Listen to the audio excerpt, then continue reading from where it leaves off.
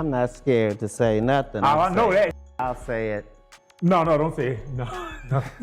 Don't. They can't AI farm me now. Right.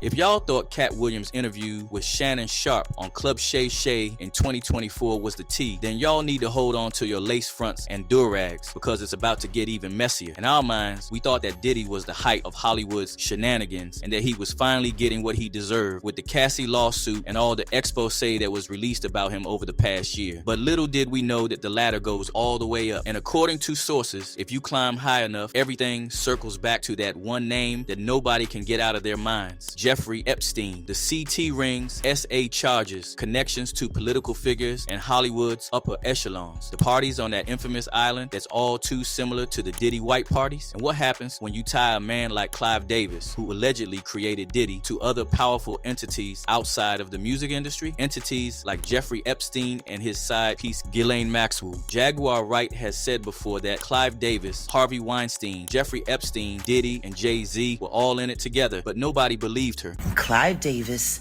put Sean Combs in position. That's what Clive Davis does. People labeled her claims outrageous and downright ridiculous. But right now, the layers of reality are being peeled off one at a time, and the people are finally starting to see things as it is. Sources have echoed of a lineup that involved Diddy being the public perpetrator on camera, while figures like Jeffrey Epstein and his cohort stood in the backdrop. At first, we thought that it was an exaggeration, but as we speak, that lineup has stopped looking like just street talk and an actual recount of true events. According to word on the streets and a recent interview with Katt Williams on the Big Boy show, he's spilling all the tea. Diddy wasn't the mastermind behind the whole setup, but simply a puppet sent in to infiltrate the black rap scenes and turn as many people as possible over to his side. This allegedly includes young rappers, actors, and the likes. We have reportedly seen that in Usher, Will Smith, and when you go down that lineup, younger characters like Justin Bieber, Orlando Brown, Meek Mill, YK Osiris, Soulja Boy, but to mention a few start to pop up. What happens when you start to dig into how Puffy got a hold of Justin Bieber? It happened after Usher reportedly reached out to him in order to sign him to his record label, an ordeal which even a then 12-year-old Justin described as creepy. Well, like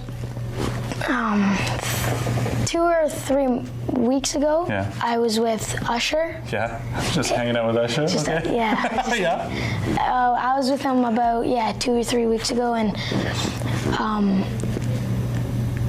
he got he looked in the background of my videos and seen that, like, where I lived and stuff. And kind of tracked me down. And it was kind of creepy, actually. Notice all those pauses in his speech? Close observers say that there was something unusual about Justin's mannerism in that interview. Initially, people thought that it was just first-time jitters, but now that the curtains have been peeled back, experts allude that Justin was already being quietly exposed at that point. Now, if Usher is a procurer, and if Usher knew what was going to happen to any of those young children that he took to the Flavor Freak office, he a good guy? According to Jaguar Wright, from there on out, it was already game over for Justin because he had been taken to the Puffy Flavor camp, a place where he reportedly spent 48 unsupervised hours with Diddy. Evidence points that this is the same recruitment method that took place with Usher. He was just 15 years old when Diddy took him under his wings to the same Puffy Flavor camp that Justin Bieber was a part of. Puffy Flavor Camp. There you go. To learn Flavor Camp. Yeah, Flavor that's camp. what it was called. And you're going to go to Puff Daddy's. He's going In the 90s, do you understand what that's like? Yes. And according to Jaguar Wright, a couple years later, Usher became a recruiter for Diddy. Because that's what pedophiles do. They get victims, and then once they get to a certain age and they get too old for them to enjoy them, they send them out to go get other young kids. With Orlando Brown, it was reportedly the same rinse and repeat method. He was a young actor, and Diddy allegedly picked interest in him, and the rest, as we now know it, is history. Yo, Diddy, you gave me the oosh-gosh goosh-wash. You gave me the oosh-gosh muaf, the smoosh-mash. Diddy, yeah, son. This was reportedly the same story for Meek Mill, YK Osiris, and Bryce Gray, the same rinse and repeat method. Son, you trying to enjoy his life? Man, you doing it, man. You deserve it, Daddy. You putting in that work. Proud of you. I love you. And when you really go down the rabbit hole, when you tie all of these talents together, there's one connecting factor. And it is that not only were they victims of an exploitative system, their careers hit a major roadblock afterwards. No more hit songs, no more inspiration. Global popularity becomes overshadowed by run-ins with the law and drug charges. Then there's the social withdrawal and dependence on nose candy. This is what Terrence Howard described when he went on that interview with Patrick Bet-David and told us about his own chance encounter with Diddy. According to him, Diddy had invited him for months before he finally honored his request. Come to find out that he wasn't necessarily interested in the Pano lessons Terrence had to offer, but in something more sinister. This led Terrence to talk about something called a man card, talking about once a man gives up that card, they lose their ability to act like a man. There's a lot of things that people do that end up sitting and they can't get over it, and they got to keep getting high hoping to get it out of their head. You know, but when you lose your man card, that's the only thing I can think of. You lose your damn man card. What is that? What do you mean by that? You give up your ability, your right to being a man. A man don't take it, a man gives it.